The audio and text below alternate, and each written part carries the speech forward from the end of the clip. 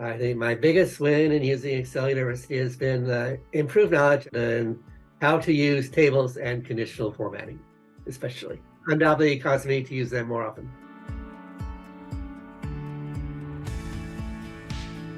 Name is Robert Rosen. I'm based in Auburn, Washington. I worked most recently at Defense Contract Audit Agency, which is an arm of the federal government, Department of Defense. I start a new job next week with the Washington State Office of the Insurance Commissioner.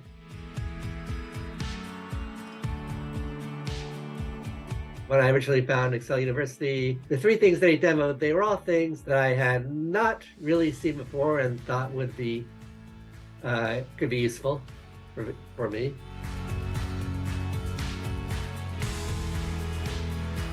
I'd say it opens up potential additional Excel knowledge to use on the job in various ways, particularly, for example, expanded use of tables would be one. Well, it definitely expanded my knowledge and definitely showed me some things that I did not know about using tables. Probably would be the closest one to a game changer.